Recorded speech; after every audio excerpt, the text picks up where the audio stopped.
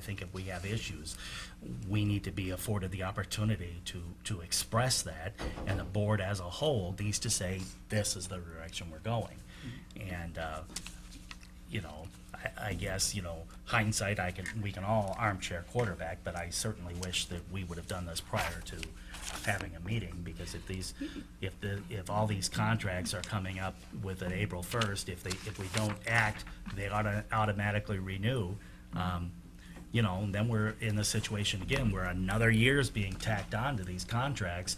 We're never going to be able to implement any changes the board does want. Well, you will, because first of all, you already have another year because the board approved a two-year agreement with these people. But again, I just want to remind you, this group has always taken concessions, you know, based on reasonable objectives, you know, for the district's finances. You know, we're the people that control the purse strings, and we know that we have to set the example. So I don't think the board should look at that as an issue. There's always been a lot of trust there. And my suggestion would be, you know, I understand where you feel you're right, your back's up against the deadline there, but again, I think you'll have plenty of time to set reasonable financial objectives, you know, regarding those contracts, and give me time to work with the staff to attain those objectives. I don't think that that's an issue. Yeah, I know it's not. I kind of see that as that negotiation piece, kind of like an ongoing kind of subject, something that, you know, we don't have to wait until it's upon us to actually bring it up to discuss. I think we probably just need to make a mental note that maybe like in January or December, we actually make sure it gets put on the agenda as a study session item or something that we as a board need to discuss collectively. Well, my only concern is we all know we're facing a serious budget situation that hopefully won't get worse in May. Right. Even though I understand we have an escape hatch with financial exigency, but I don't feel right extending someone's contract when I know in a month I want a position, figuratively speaking, eliminated. You know, that's part of my problem. We should have been having budget discussions back in the fall to get ready for this millage, to say, okay, if we don't get the additional $2.1 million, this is the hurdle we're going to have to cross. But even if we get it, this is still the, you know, we haven't done that. And now our staff's caught in the middle, because now we're going to be in layoffs, we're going to be in unemployment, we're going to be all this other mess. And I guess it is what it is. Ms. Kraut. Well, I would just say that the picture isn't all just achievements. It has to also include our revenue and our capability, what we can afford to pay. And I know, like, the one position for the curriculum and grant person, that was something that we looked at as just a temporary thing when the grant was going to pay the bulk of it. So, so that wouldn't be grouped as just one of the others exactly. Do you know what I'm trying to say? Well, that one in particular is a term contract, so it's not subject to renewal unless the board changes the contract. Good. All right. All the other ones, though, have to be extended. And I guess I look at it,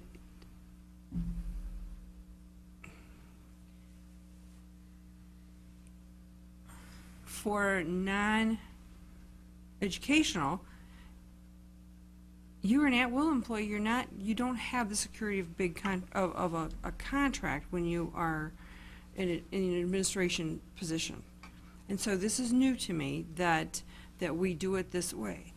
And I'm just can't see how we can predict 3 years out with the budget problems we're having today. So one of the ways that you could address that is you could decide as a board that you only want to extend contracts 2 years out. You know, again, that would be something that could be negotiated into contracts. And I would say that if I looked at the 34 districts in Wayne County, I don't know that it would be half and half, but you would find those commonplace. 2-year and 3-year are the most common. It's very unusual for administrators to have 1-year contracts, because especially instructional administrators, most of them left the security of teacher tenure to become an administrator, they're not going to do that for a one-year contract. But you could make that decision, and that would be something, again, that you could charge me with negotiating. That would be the way to address that. I just want to correct you a little bit, though. You mentioned that administrators don't have the security of a contract. We do. That's, No, I mean, in the, other than educational, you don't. Like in a lot of, like at the court, oh, okay. you're an at-will employee if you take a position in administration. Okay, I understand. You're non-union, you're management, you're an at-will. Yeah, and again, that kind of historically, that goes back to the fact that most administrators were teachers, not all, but most were, and they had teacher tenure, and you know, which basically was protection as long as you were satisfactory for life, other than if the board couldn't afford to pay you anymore. Madam Chair, I just have Yes. one question, a couple questions, actually. Now, when we approved the contracts last year, those employees did take concessions. They did. Absolutely. So we approved them, because they took those concessions, not, so I don't want anybody to think they didn't take concessions, because they did take concessions. But at any time, we could still lay off any of those employees. If we get into financial straits, we can lay off anybody that we think we need to. That's correct. But we don't have someone to cover their position or combine their positions at this point. We would be left, we would have to hire someone else anyway, and you can't really do that if you're letting them go because you can't afford them. Right.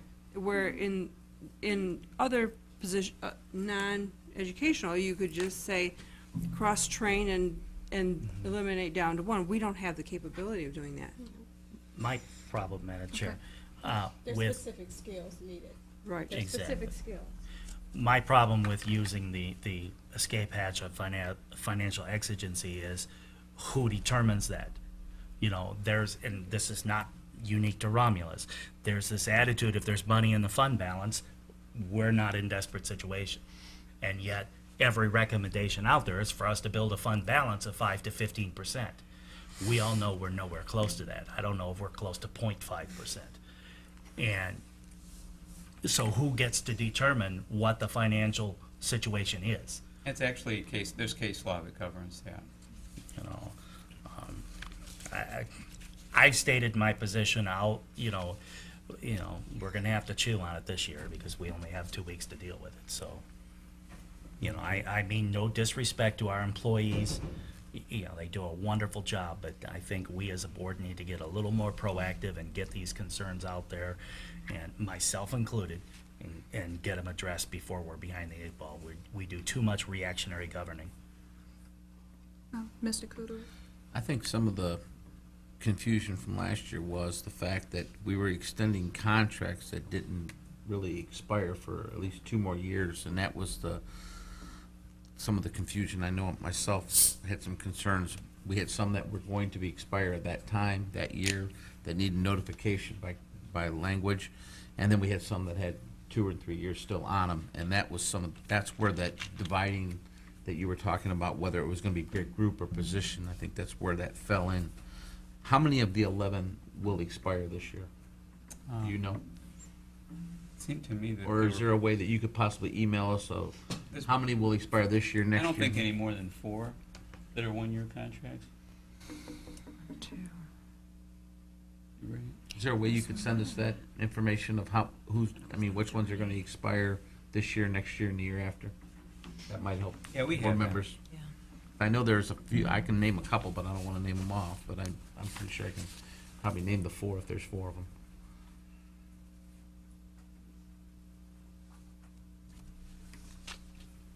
And that may help the board to make a decision a little bit better if the individuals have that information. Okay.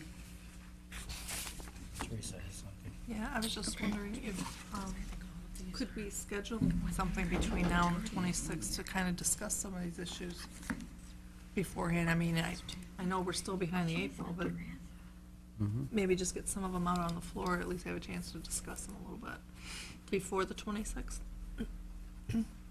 That's up to you.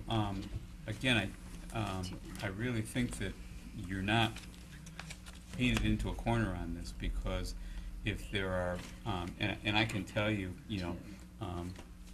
that our central office employees have all been evaluated, and there are, at this point, there is no unsatisfactory performance that any of us are aware of.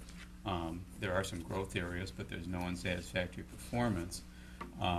If it's a question of the board feeling they are not able to afford a certain position or a number of positions, you always have the right to do that at any given time. You're not limited to prior to April 1st. Some of these employees, the assistants, don't have the 90-day requirement that the administrators have. But again, I think it's cleaner if we make a recommendation to you at one time. And my suggestion would be, based on the concerns that are coming up, is that maybe we set a date, as part of our policy, that in February or March, February. we have an agenda item that deals with contract extensions. I think it should come out the same time the superintendent's evaluation come out. That way it kind of falls on the same timeline, and when that's due, the evaluation, the information's Yeah, got to be that's- submitted. That way that timeline's already set there. That's how you address it. But again, there are districts that are in equally dire, in fact, most districts are in pretty rough financial shape, but they can't afford to lose their staff. And, you still have to have teachers, you still have to have a superintendent, you still have to have administrators to get the job done, and you still have to have support staff. So it's our job to negotiate affordable contracts with everybody, and we've got a pretty good track record, and I think we will in the future. The main thing that you want to say, and I said this last year, the board needs to send the message that all our employees are treated fairly.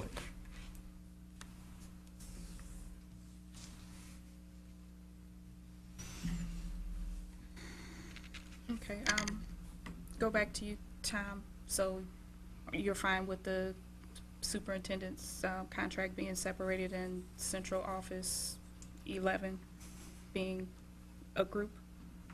Yeah, I was just asking, I think that was just trying to clear some communication the superintendent had about how there was some discussion last year on how they wanted them broke up.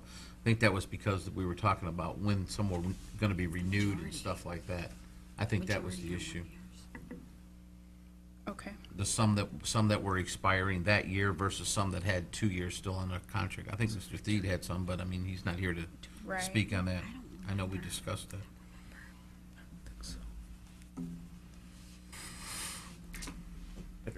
And Mrs. Beard, it's the same for you? Yeah, I'm okay with them being separate, and my question about just doing the study session was just to find out what the opinions were on the contract languages that we had questions on. Okay.